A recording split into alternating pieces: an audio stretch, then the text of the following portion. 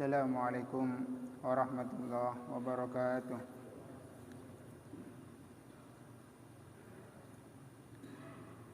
Bismillahirrahmanirrahim. Alhamdulillahirabbil alamin.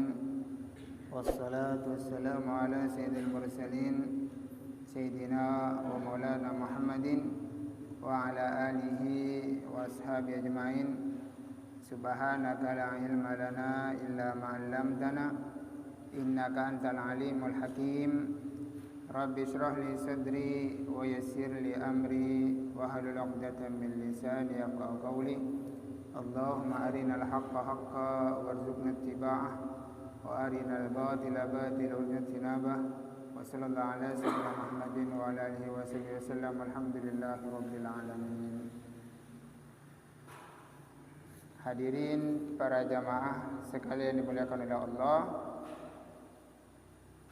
Seperti biasa untuk mengingatkan kita mulai cek kalau baik untuk niat iktikaf eman-eman. Niat iktikaf dari mulai mungkin sampai maghrib atau sampai isya, bahkan sampai tarawih kan lumayan mulai mungkin. Nawaitul i'tikafa fi hadzal masjidi ma dumtu fihi lillahi ta'ala. Masih nanti i'tikaf. Bismillahirrahmanirrahim.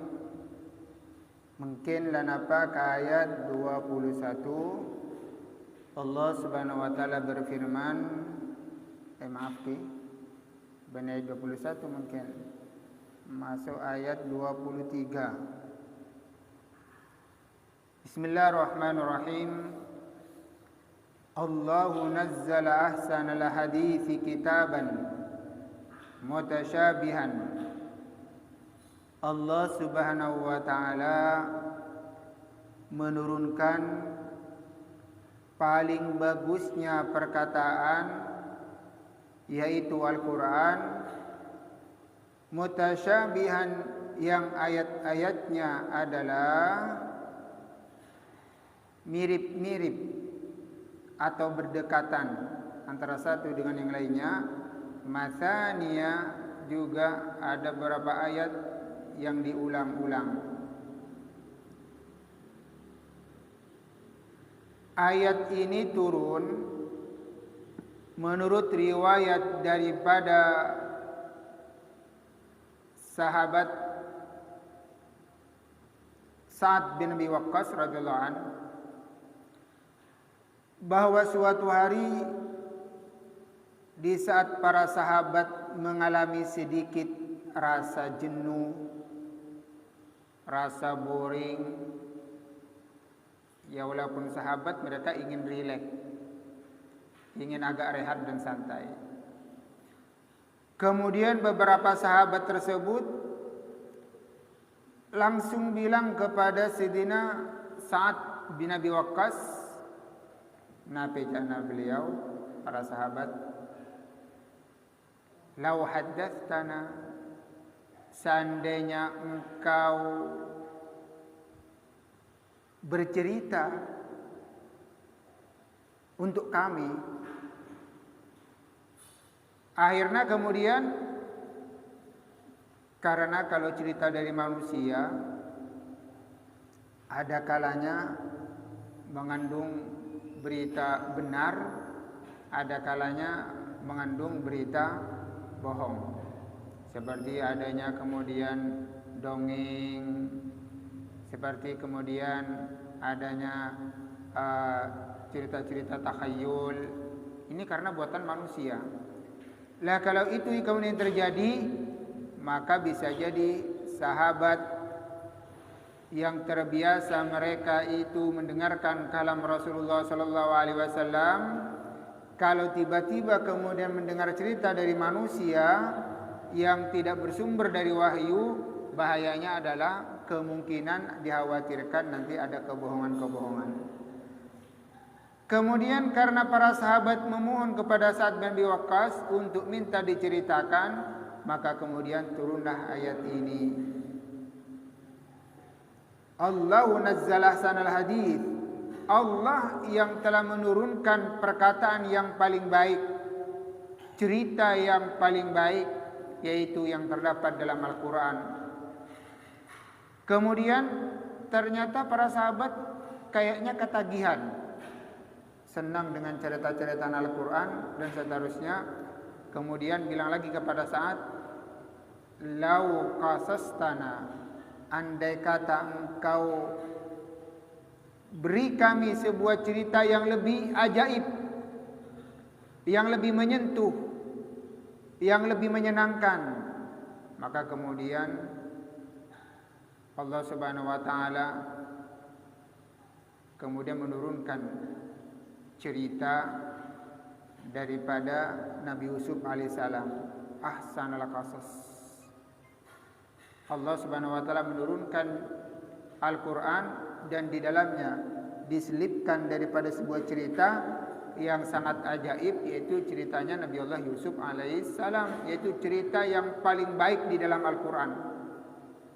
Sehingga bagi orang yang membaca cerita Nabi Yusuf tidak pernah bosan, tidak pernah jenuh, karena yang dibahas di situ adalah perjalanan seorang manusia dari titik awal sampai di tingkat puncak kejayaan.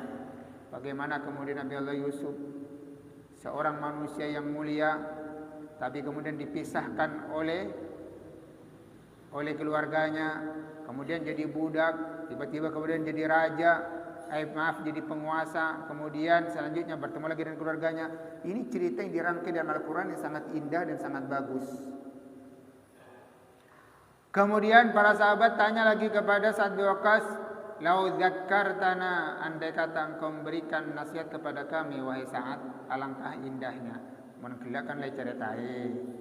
Kemudian mungkin taruh nasihat, berma andai kata bulan ke nasihati jangan mereka para sahabat. Kemudian setelah itu turunlah ayat, alam ya'ni lil ladzina amanu an takhsha qulubuhum li dzikrillah. Apakah belum datang, apakah belum tiba waktunya bagi orang-orang yang beriman untuk khusyuk kepada Allah di dalam berzikir, mengingat kepada Allah Subhanahu wa taala. Karena 24 jam waktu kita banyak disibukkan dengan urusan-urusan manusia, banyak disibukkan dengan urusan-urusan dunia. Bahkan yang dibicarakan oleh kita, bahkan yang jadi topik pembicaraan kita itu kebanyakan urusan-urusan dunia, kebanyakan urusan-urusan yang berhubungan dengan orang lain.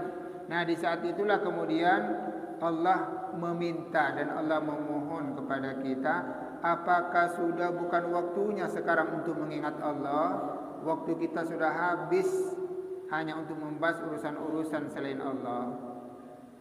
Kapan maksudnya? Kapan kita akan membahas? Kapan kita akan mengingat Allah? Apakah kita akan menunggu kemudian kalau sudah umur kita sudah tua baru akan inabah kepada Allah? Ataukah kemudian kita menunggu kalau kita sudah sakit baru mau inabah kepada Allah?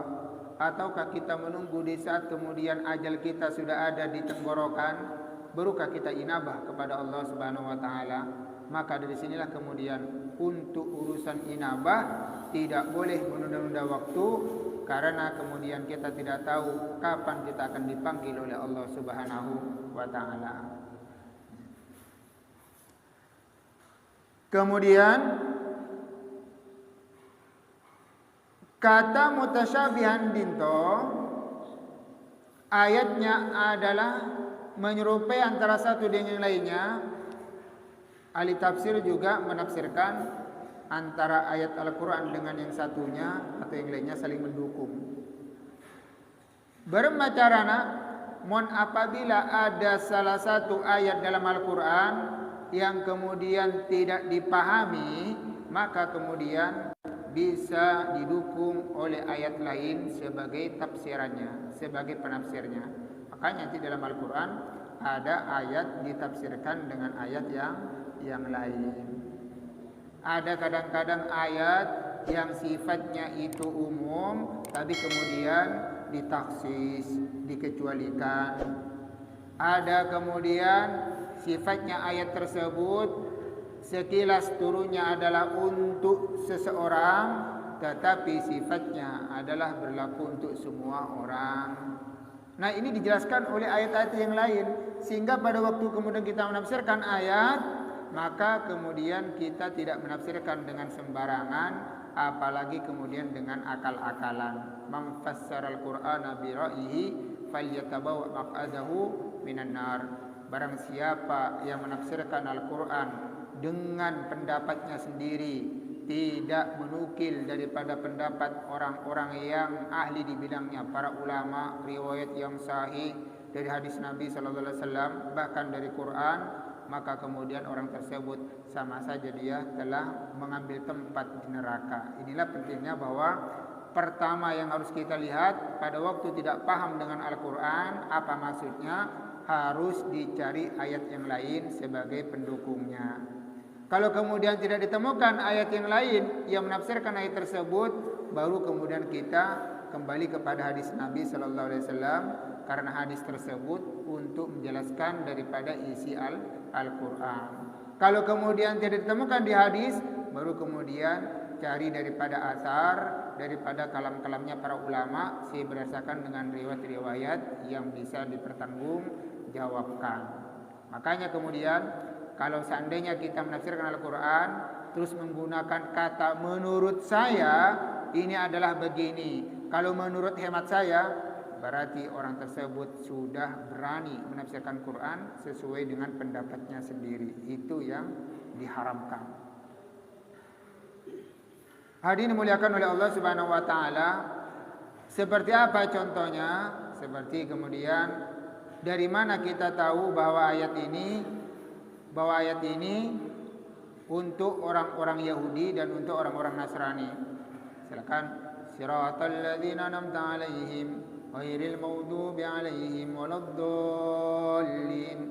Jalan orang-orang yang Engkau berikan nikmat ya Allah, bukan jalannya orang-orang yang Engkau murkai, dan bukan jalannya orang-orang yang tersesat.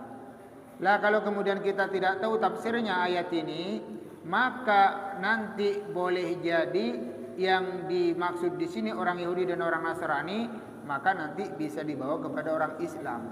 Kalau nanti dibawa kepada orang Islam, maka yang terjadi antara Islam dengan Islam saling kafir mengkafirkan, saling laknat melaknat, saling salah menyalahkan. Gara-gara napi, gara-gara salah menafsirkan maksud daripada ayat tersebut. Setelah kemudian kita baca daripada yang lain, baru kita paham bahwa yang dimaksud di sini adalah orang-orang Yahudi dan orang Nasrani. Nabi menunjukkan kalau mereka adalah orang Yahudi. Kemudian wa ghadiballahu alaihi wa ja'ala minhumul qiradata wal hanazir ulaika syarrun makana, dan seterusnya. Allah Subhanahu wa taala murka kepada orang Yahudi. Bahkan saking murkanya Allah kepada mereka, bahkan Allah melaknat mereka sehingga mereka dijadikan kera dan babi. Dijelaskan di dalam ayat yang lain. Berarti kata-kata Allah, kata-kata orang yang dimurkai adalah orang-orang Yahudi. Begitu juga kemudian kata orang sesat di sini adalah orang-orang Nasrani, karena dia salah memahami daripada Nabi Isa alaihissalam. Nabi Isa kemudian dia seorang manusia biasa, hanya dia punya keistimewaan dan diangkat oleh Allah sebagai nabi dan kekasihnya, tapi kemudian oleh mereka dinaikkan pangkat menjadi Tuhan. Padahal Allah sudah menegaskan, seperti saya boleh sampaikan beberapa waktu yang lalu, inna mathala Isa indallahi kamathali Adam khalaqahu min turabin tsumma qala lahu kun fayakun. Sesungguhnya perumpamaan Isa di sisi Allah tak jauh beda seperti Nabi Allah Adam yang Allah ciptakan dari tanah, kemudian Allah mengatakan jadilah, maka jadilah. Kemudian masani, ayat tersebut diulang-ulang. Walaupun diulang-ulang ayat tersebut, tapi punya tujuan-tujuan tertentu. Seperti dalam surat Ar-Rahman. Fabi'ayyi ala'i rabbikuma tukadziban. Sampai kali ulang-ulang. Fabi'ayyi ala'i rabbikuma tukadziban. Diulang-ulang dalam surat Ar-Rahman. Bahkan kemudian Allah Subhanahu wa taala menceritakan Nabiullah Musa dengan Bani Israel berulang-ulang. Tidak hanya cukup di surat Al-Baqarah, tapi kemudian Allah sebutkan lagi di dalam surat Al-An'am, kemudian dalam surat Ali Imran, diulang-ulang terus. Bahkan nanti di ayat-ayat lain. Paling banyak cerita dalam Al-Quran adalah ceritanya Bani Israel dengan Nabiullah Musa alaihissalam. Dan bahkan kemudian Allah Subhanahu wa taala mengulang dalam surat Al-Fatihah dengan kata Ar-Rahman, karena berarti dua. Bismillahirrahmanirrahim. Alhamdulillahirabbil alamin. Ar-Rahmanirrahim. Ayo ulangi. Ar-Rahmanirrahim. Maka kemudian surat Al-Fatihah itu disebut dengan As-Sab'ul Mathani. Ayatnya 7 dan diulang-ulang. Kenapa sih diulang-ulang? Kata Ar-Rahman, kata Ar-Rahim. Dan seterusnya. Untuk nanti bulan tahun ini, mulai kemudian bulan tahun arti cek kemudian Allah Subhanahu wa taala menciptakan makhluk semuanya ini tidak hanya berdasarkan dengan kudrah, tidak hanya berdasarkan dengan iradah. Artinya pada waktu Allah menciptakan alam semesta beserta hambanya, beserta makhluknya, itu tidak hanya berdasarkan daripada kekuasaan Allah dan iradahnya Allah, tapi ingat sesuai dengan Rahman dan Rahimnya Allah. Kalau bukan karena Rahman dan Rahimnya Allah, kalau bukan karena kasih sayang Allah, maka niscaya kemudian Allah tidak perlu kemudian memberikan rezeki kepada orang-orang kafir. Allah tidak perlu memberikan rezeki kepada orang-orang yang ahli maksiat. Tapi lagi-lagi kemudian mereka semuanya tersentuh rahmat Allah karena memang Allah Subhanahu wa taala bertanggung jawab terhadap ciptaannya. Kemudian taqsairu juludul ladzina yakhshawna rabbahum, gemetar karenanya kulit-kulit orang-orang yang takut kepada Allah. Tsumma talinu juluduhum, kemudian menjadi tenang dan lembut kulit-kulit mereka, wa qulubuhum, dan hati-hati mereka, ila dzikrillah, untuk berzikir kepada Allah. Jadi ciri-cirinya orang-orang yang beriman sebagaimana disebutkan dalam surat Al-Anfal, innamal mu'minuna alladzina idza dzukirallahu wajilat qulubuhum wa idza tuliyat 'alaihim ayatuhu zadatuhum imana. Sesungguhnya orang-orang yang beriman apabila disebutkan nama Allah, wajilat qulubuhum, langsung hatinya gemetar, langsung kemudian hatinya merasa ada goncangan hebat, takut kepada Allah. Kemudian apabila dibacakan ayat-ayatnya, dibacakan Al-Quran, zadatuhum imana, maka bertambah yakinlah kepada Allah. Bukan malah tambah kemudian apa yang disebutkan Quran dia mengatakan enggak masuk akal, kayaknya enggak masuk akal, tapi dia tambah yakin. Apalagi kalau kemudian berhubungan dengan ayat-ayat yang berurusan dengan rahmatnya Allah. Jadi orang-orang yang beriman, dia akan menangis di saat dia kemudian tahu betapa Allah itu sayangnya kepada hambanya, betapa Allah itu rahmatnya kepada hambanya. Orang yang nyata-nyata ahli maksiat saja oleh Allah, segitu disayanginya, apalagi orang-orang yang taat dan beriman kepada Allah Subhanahu wa taala. Seperti dalam ayat, qul ya ibadiyalladzina asrafu ala anfusihim la taqnatu min rahmatillah innallaha yaghfiru dzunuba jami'a innahu huwal ghafurur rahim. Wahai hamba-hambaku yang telah melampaui batas karena maksiat, janganlah kalian berputus asa dengan rahmatku, karena Allah mengampuni semua dosa dan sesungguhnya dialah Allah Maha Pengampun dan Maha Penyayang. Orang bisa kasih Allah kepada hamba dengan ayat tentu, membaca orang yang menangis dan ayat itu keterlaluan. Padahal yang ternyata Allah membuka dengan selebar-lebarnya. Allah tidak pandang apapun maksiatnya. Maukah dia berzina, maukah dia membunuh, maukah dia kemudian terserah. Tapi yang terpenting ingat, selama masih ada waktu untuk bertaubat, bertaubatlah. Bertaubatlah. Karena Allah Subhanahu wa taala akan menerima taubatnya. Karena ghafurnya Allah, karena rahmannya Allah, karena rahimnya Allah. Kemudian ditegaskan dalam ayat lain, innallaha la yaghfiru an yushraka bihi syai'a wa yaghfiru ma duna dzalika liman yasha.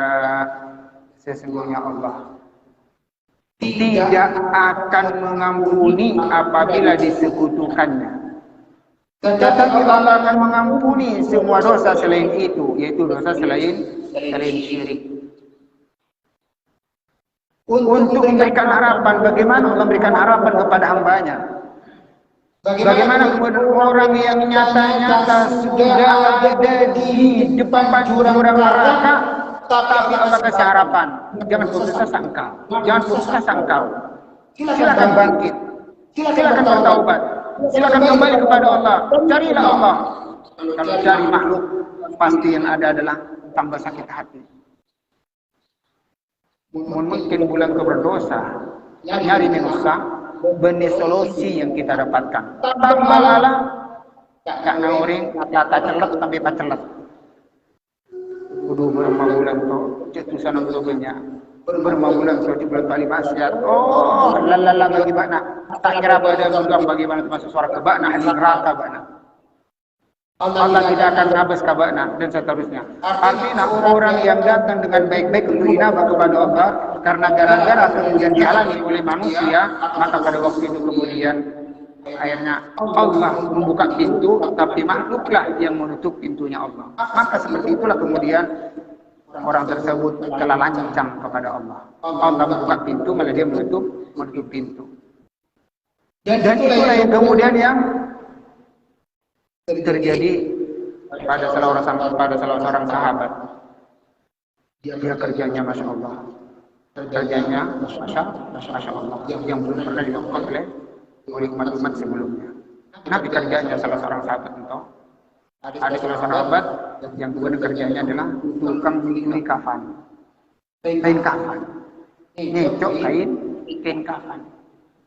Dalam itu kain kafan, setiap ada orang mati mulai dari kuburan, tunggu nanti malam langsung kemudian dibongkar kuburannya, dikala kain kafannya. Begitulah seterusnya sampai kemudian pada suatu waktu tanya itu kain kafan, pas kebetulan ada orang yang meninggal kinto dalam keadaan kiparaban. Pada waktu itu kain kafannya, naudzubillah min dzalik, ternyata itu akal lakuan tak benar. Akhirnya kemudian mayat kinto mancing, mayat kinto kemudian joko. Nabi dana, wahai bulan, wahai hamba durhaka, engkau telah menodai kami. Kami ini waktu meninggal dalam keadaan suci, tidak junub, tapi kami bikin aku junub sekarang. Akhirnya akan chat, orang itu saling maksiat. Akhirnya kemudian seketika itu juga kemudian dipabali kakana, dipabali dan gelap mayatnya ditunggu oleh kemudian itu menangis tersitu ingin bertaubat. Tapi takut untuk menemui Rasulullah Sallallahu Alaihi Wasallam sampai pada akhirnya kemudian laki-laki tersebut menemui Sayyidina Umar bin Khattab. Wahai Sayyidina Umar, cerita dari awal sampai akhir tentang apa yang dia lakukan selama ini. Maka kemudian Sayyidina Umar terperanjat tercat. Ini dosa luar biasa ini. Ini dosa luar biasa. Sudah, saya nggak tahu masalah ini. Ayo kita datang kepada Rasulullah Sallallahu Alaihi Wasallam. Setelah kemudian datang kepada Rasulullah SAW, diceritakan oleh Sayyidina Umar tentang dosanya, maka kemudian seketika Rasulullah marah Rasulullah. Ini adalah dosa yang luar biasa yang dilakukan oleh hamba tersebut. Maka kemudian hamba tersebut disuruh keluar dari majelis. Pergi kamu dari sini. Pergi. Kemudian keluarlah orang tersebut dari majelis.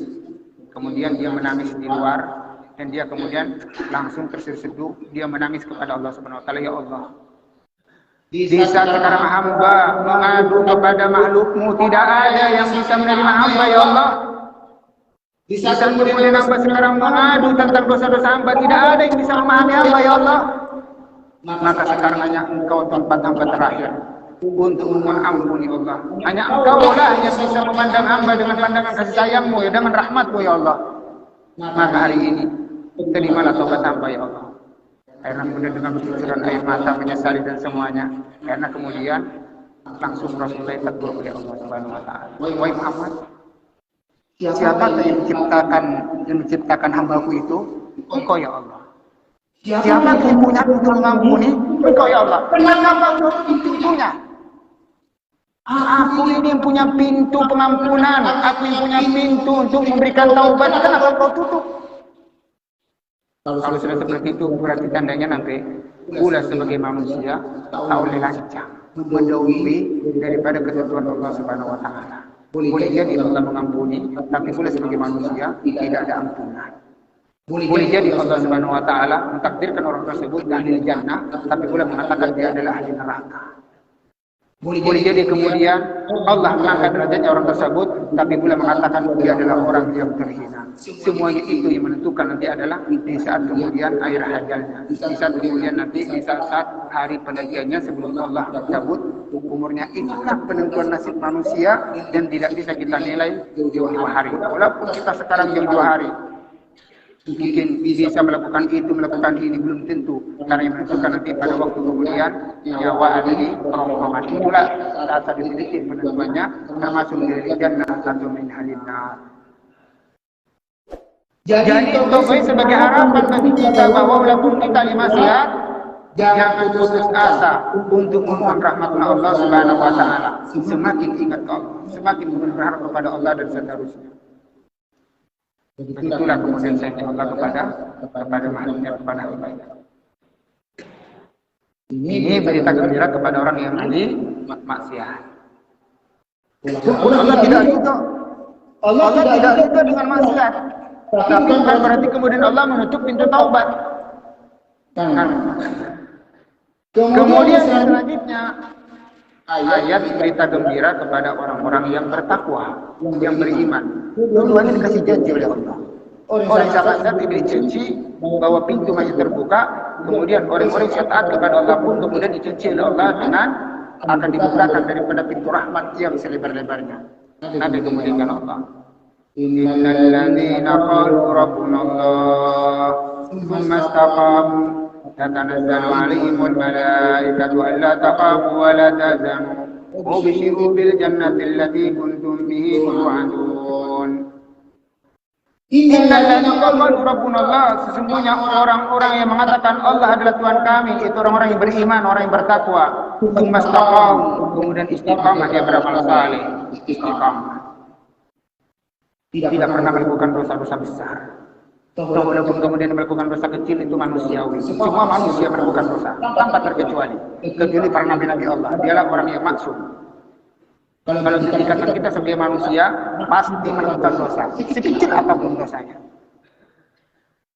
Untuk menunjukkan bahwa kita itu butuh dengan rahmat Allah.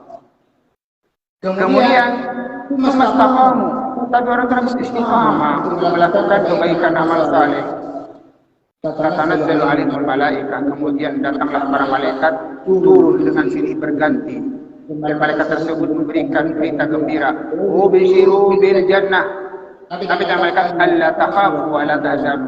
Wahai hamba Allah, wahai fulan bil fulan, janganlah engkau khawatir, janganlah engkau takut. Pada waktu kapan itu? Pada waktu bulan sakaratul maut. Pada waktu bulan sakaratul maut, maka kemudian datanglah para malaikat yang memberikan kabar berita gembira, alla takhafu wa la tahzanu. Tak usah kau khawatir, tak usah kau takut.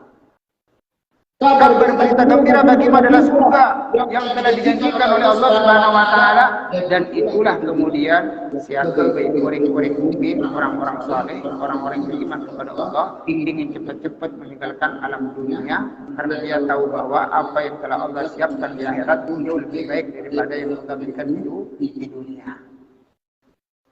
Sehingga mereka cepat-cepat mati, mereka itu yang cepat-cepat meninggal dunia.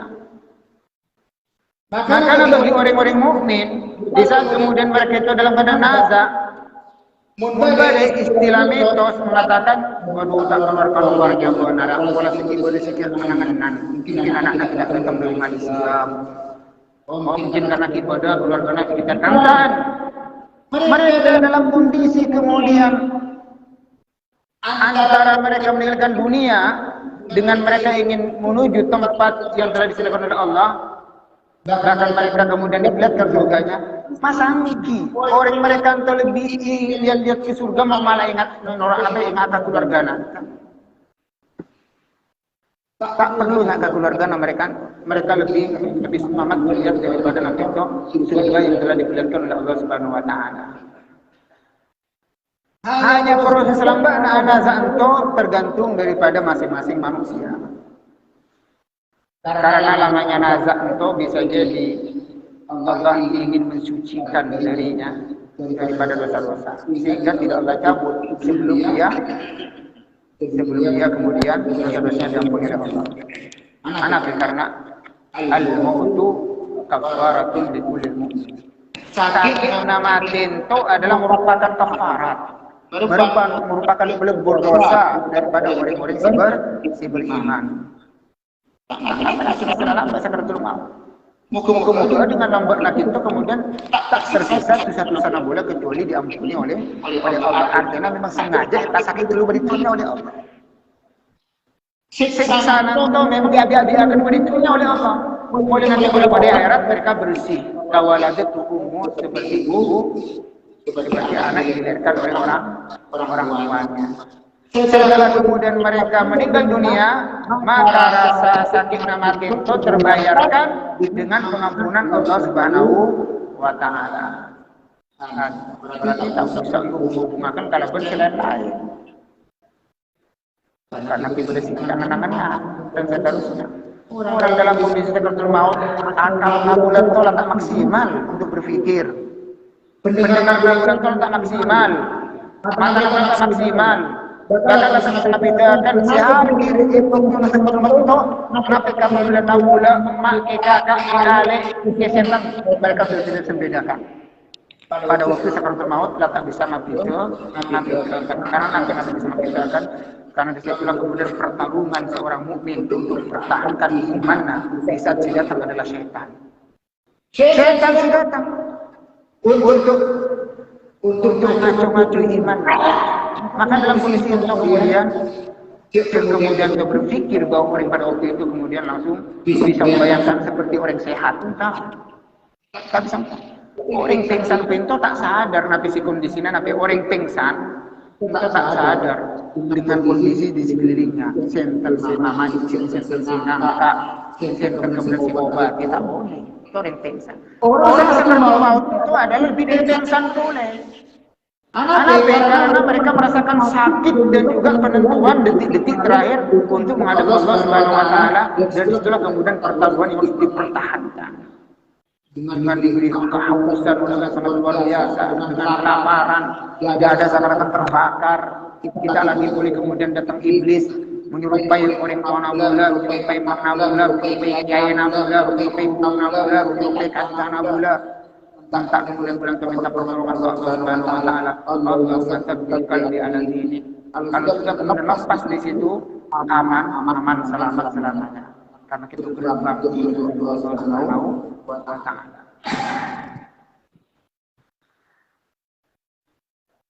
Kemudian orang-orang yang kemudian menangis, hatinya gemetar karena takut kepada Allah Subhanahu Wa Taala. Maka kemudian selanjutnya maka hati yang gemetar tadi menjadi tenang. Tenang karena diterapkan zikir kepada Allah Subhanahu Wa Taala. Ala bizikrillah tatma'innul qulub. Hanya dengan berzikir kepada Allah hati itu bisa tenang. Bodoh orang kadang-kadang ingin menenangkan diri. Mulai mikir karena penat akan betul. Mulai dari mulai mikir mulai tenang. Lesok dan seterusnya. Pada orang kemudian ingin menenangkan diri berpetualang akan kemudian keliling dunia sampai kemudian nginep di hotel, antar hotel nginep di hotel, antar hotel nginep di hotel. Tapi apa kemudian mereka bisa tenang dirinya? Tidak tenang. Banyak orang-orang sih kemudian Masya Allah punya fasilitas hidup yang luar biasa. Hartanya berlimpah, tiap hari makan dengan makanan si nyaman-nyaman. Tapi apakah kemudian ada jaminan hatinya tenang? Belum tentu. Bahkan pada orang kadang-kadang bungkona riok, bungkona kemudian lariot-riot, bahkan kacocoran, kan hanya dikapok, cukona juga kering, hidungnya malah tidur beri tapa-tapaan, tapi kadang-kadang hatinya tenang. Jadi kata-kata tenang dalam diri manusia itu tidak ditentukan oleh materi, tidak ditentukan oleh jabatan, tidak ditentukan oleh kedudukan, tidak ditentukan oleh teman, tidak ditentukan oleh istri, oleh suami, tapi lagi-lagi adalah kembali kepada hati masing-masing manusia. Hati itu memang gini, tapi hati itu kadang-kadang bisa lebih luas daripada bumi. Manakala beliau adalah cuma. Tapi walaupun demikian, dunia itu adalah luas, tapi malah hati sesempit, maka tidak orang sempit dia, bahkan lebih sempit daripada yang dia bayangkan. Makanya banyak orang yang kadang-kadang hati tak tenang, banyak yang bunuh diri, karena anggap dunia itu adalah sangat sempit. Lagi-lagi kembali kepada zikir. Semakin kita banyak berzikir kepada Allah, semakin kemudian hati bulan itu adalah diperluas. Kita sebelumnya mengenalkan ayat simbari kita, yaitu apabila kemudian tidak jakalan nuru ala qalbi insyaraha wa fatah. Apabila kemudian cahaya Allah sudah masuk ke hati seseorang, maka hati tersebut akan jadi jembar, akan jadi besar, akan jadi luas. Karena cahaya Allah itu berubah dengan cara baru cahaya Allah akan masuk ke hati nambula harus dipancing dengan apa itu? Dengan zikir, dengan zikir terserah. Zikir nabi disebutkan. Dzalika hudallahi yahdi biman yasha. Itulah petunjuk Allah yang Allah berikan hidayah kepada siapa saja yang Allah kehendaki. Wa may yudlilillahu fama lahu min had. Dan barang siapa yang ingin Allah sesatkan, maka tidak ada baginya yang bisa memberikan petunjuk atau hidayah. Walaupun kemudian orang itu bersemangat sekalipun, bersemangat untuk menjadikan orang itu baik, kalau Allah tidak berkehendak, tetap tidak akan berhasil. Tapi paling tidak kita sudah berusaha dan ada usaha. Kalau sudah kita kemudian berusaha dan ada usaha, maka semuanya dikembalikan kepada Allah, karena kemudian dia dikala khair. Hanya minta Allah kebaikan, dan kebaikan itu kemudian karena ada dalam genggaman Allah, maka Allah kemudian bisa lakukan, Allah bisa berikan kepada siapa yang Allah kehendaki. Oleh karena itu, senantiasalah kemudian kita memohon taufik kepada Allah supaya apa yang kita lakukan selalu berdasarkan dengan taufik dan petunjuk dari Allah Subhanahu wa Ta'ala. Hadirin yang dimuliakan oleh Allah, waktu persiapan walaupun belum waktu maghrib, tapi waktu persiapan 2 menit lagi, Anda mungkin tutup pengajian kita dengan doa kepada majelis. Bismillahirrahmanirrahim. Subhanakallahumma wa bihamdika asyhadu an la ilaha illa anta astaghfiruka wa atubu ilaik. Wallahu a'lam bishawab. Wassalamualaikum warahmatullahi wabarakatuh.